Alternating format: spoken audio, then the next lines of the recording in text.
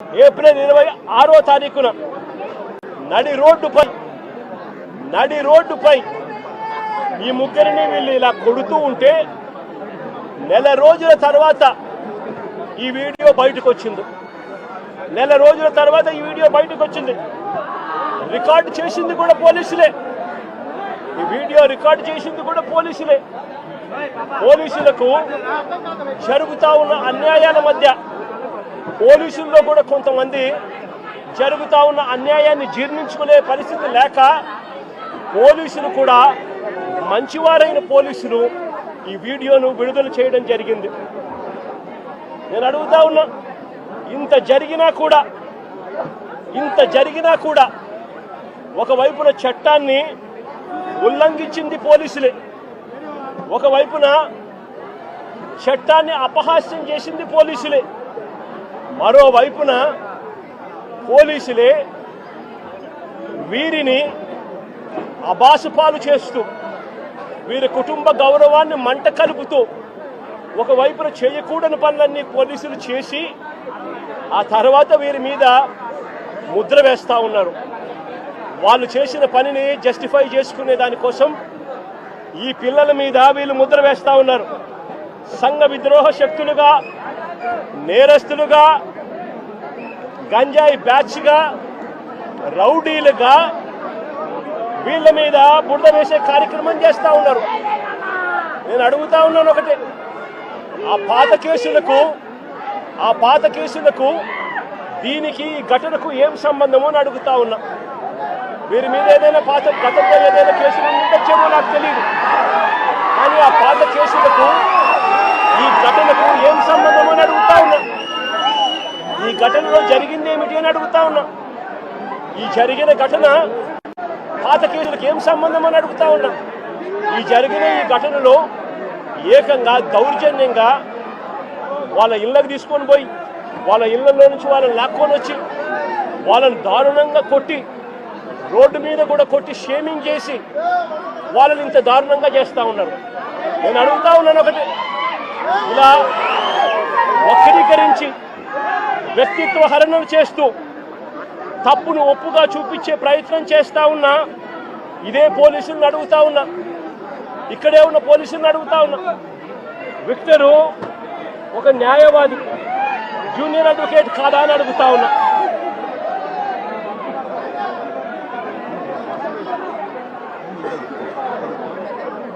Junior advocate కాదా అని అడుగుతా ఉన్నా. ఈ విక్టర్ అనే పిల్లాడు జూనియర్ అడ్వకేట్ కాదా అని అడుగుతా ఉన్నా. ఈ పాప విక్టర్ చెల్లెలు, రాకేష్ చెల్లెలు, ఈ పాప ఇంజనీర్.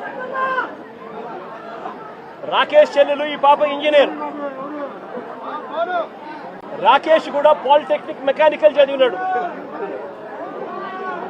అంటే వీళ్ళ కుటుంబాలు చదువుకున్న కుటుంబాల్లో నుంచి వచ్చిన వాళ్ళు మరి ఇలాంటి వాళ్ళ పరువును తీస్తూ నడి రోడ్డు మీద వాళ్ళను కొట్టడం అన్నది, వాళ్ళను పబ్లిక్ షేమింగ్ చేయడం అన్నది ధర్మమేనా అని అడుగుతా ఉన్నా. నిజంగానే పోలీసులు చెప్తారన్నట్టుగానే వీళ్ళు ఇంతటి దారుణమైన బ్యాక్గ్రౌండే కనుక వీళ్ళకు ఉండింటే, పోలీసులు చెప్తా ఉన్న మాటలు వాస్తవమే అయి ఉండింటే, నేను ఒక క్వశ్చన్ సూటిగా అడుగుతా ఉన్నా. అసలు మంగళగిరి తెనాలి వారు కూడా కాదు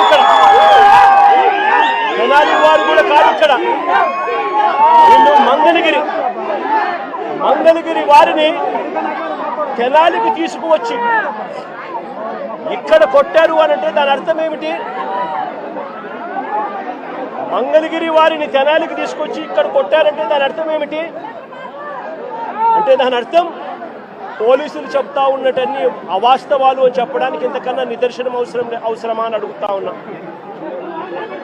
మంగళగిరి వాళ్ళని తెనాలికి తీసుకొని వచ్చి తెనాలి పోలీసులు కొట్టారు అని అంటే దాని అర్థం మంగళగిరిలో ఉన్న వీళ్ళపై ఉన్న కేసులు పెద్ద కేసులు కావనే కదా దాని అర్థం. అవన్నీ వక్రీకరిస్తూ వీళ్ళు ఇప్పుడు వాడుకుంటున్నారనే కదా దాని అర్థము. మరో వ్యక్తి కరీముల్లా మెకానిక్. అసలు ఈ పిల్లాడు 21 సంవత్సరాలు. ఈ పిల్లాడి మీద ఎలాంటి కేసులు లేవు, అసలు ఎలాంటి కేసులు లేవు ఈ పిల్లాడి మీద. ఇంకో ఆశ్చర్యకరమైన విషయం ఏమిటో తెలుసా, ఈ ముగ్గురి మీద కూడా అంటే రాకేష్ మీద, విక్టర్ మీద, కరీముల్లా మీద, ఈ ముగ్గురి మీద కూడా రౌడీ షీటర్లుగా ఎప్పుడు రౌడీ షీటర్లుగా వీళ్ళని నమోదు చేశారో తెలుసా, ఈ ఘటన జరిగిన తర్వాత ఇది ఇక పెద్దదవుతూ వస్తూ ఉందని తెలుసుకున్న తర్వాత వీళ్ళని రౌడీ షీటర్లుగా, ఈ ఘటన జరిగిన తర్వాత వీళ్ళని రౌడీ షీటర్లుగా చేశారు. నేను అడుగుతా ఉన్నా, ఇంతకుముందు వీళ్ళు రౌడీ షీటర్లుగా లేరు. రౌడీ షీటర్లుగా వీళ్ళ మీద నమోదైంది, వీళ్ళని నమోదు చేసింది ఈ ఘటన జరిగిన తర్వాత. ఇంత ప్రస్ఫుటంగా పోలీసులు ఎలా దుర్మార్గం చేశారు అన్నది ప్రస్ఫుటంగా కనిపిస్తూ ఉంది. నేను అడుగుతా ఉన్నాను ఒకటే, వీళ్ళని చూడడానికి, వీళ్ళకి సంఘీభావం తెలపడానికి జరుగుతూ ఉన్నది అన్యాయము అని చెప్పి ఎవరైనా గలమిప్పితే చంద్రబాబు నాయుడు గారు, ఆయన ఎల్లో మీడియా, ఆయనకు సంబంధించిన సోషల్ మీడియా వీళ్ళంతా బురద జల్లుతూ వీళ్ళందరూ అనే మాటలు ఏమిటి, వీళ్ళది గంజాయి బ్యాచట, వీళ్ళు రౌడీ షీటర్లట అని రకరకాలుగా వీళ్ళ కుటుంబాన్ని పరువును తీస్తూ వీళ్ళందరూ మాట్లాడుతూ ఉన్నారు. నేను అడుగుతా ఉన్నాను, కేసులు ఎవరి మీదైనా కానీ కేసులు ఉండొచ్చు. గతంలో ఎవడైనా కూడా గిట్టిన వారు కేసులు పెడతా ఉంటారు. కేసులు ఎవరి మీదైనా ఉండొచ్చు. కానీ ఆ కేసులు ఉన్నప్పుడు ఆ కేసులు తేల్చాల్సింది కోర్టులు. మీరు ఫలాని నేరం చేశారని మీరు చెప్పచ్చు, చేయలేదు అని చెప్పి వాళ్ళు చెబుతారు. తేల్చాల్సింది కోర్టులు. మరి అలాంటి కోర్టులకు ఇవ్వాల్సిన అధికారం పోలీసులే తీసుకోవడం ధర్మమేనా అని అడుగుతా ఉన్నా. అంటే పోలీసులే అబాండాలు వేస్తారు, పోలీసులే జడ్జిమెంట్లు కూడా ఇస్తారు. మరి ఇలా చేయగలిగే నైతికత పోలీసులకు ఉందా అని అడుగుతా ఉన్నా. ఇలా చేయడం ధర్మమేనా అని అడుగుతా ఉన్నా.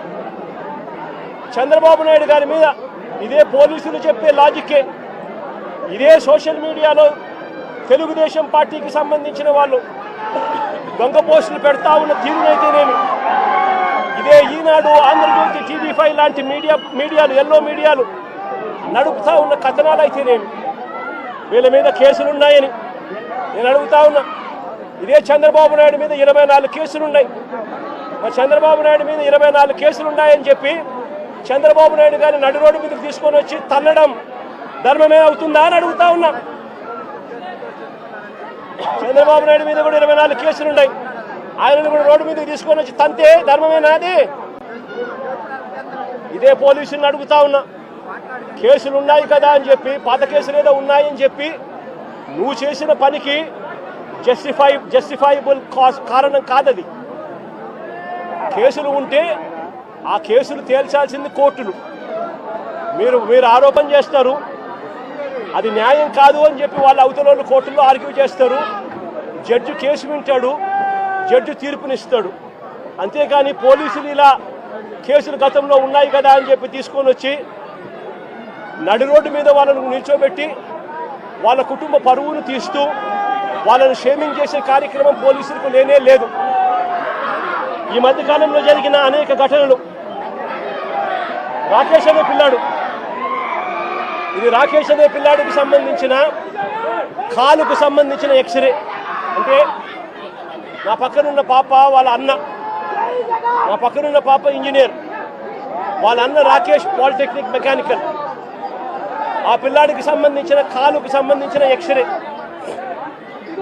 ఇలా కాలు ఇరిగిపోయింది, లోపల రాడ్ ఉంది, రాడ్ పెట్టి ఆ రాడ్కు కాలును ముడేసి డాక్టర్లు ఈ మాదిరిగా ఉన్న పరిస్థితిని చూస్తే పోలీసులు ఆ కాలు మీద కాలు పెట్టి నడి రోడ్డు మీద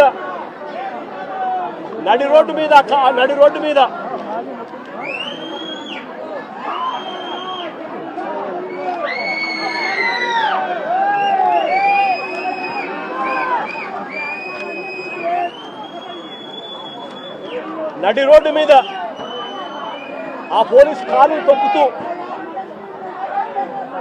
ఆ రాకేష్ అనే పిల్లోడిని ఇలా కొట్టడం, అది కూడా నడి రోడ్డు మీద షేమింగ్ చేస్తూ చేయడం ధర్మమేనా అని అడుగుతా ఉన్నా.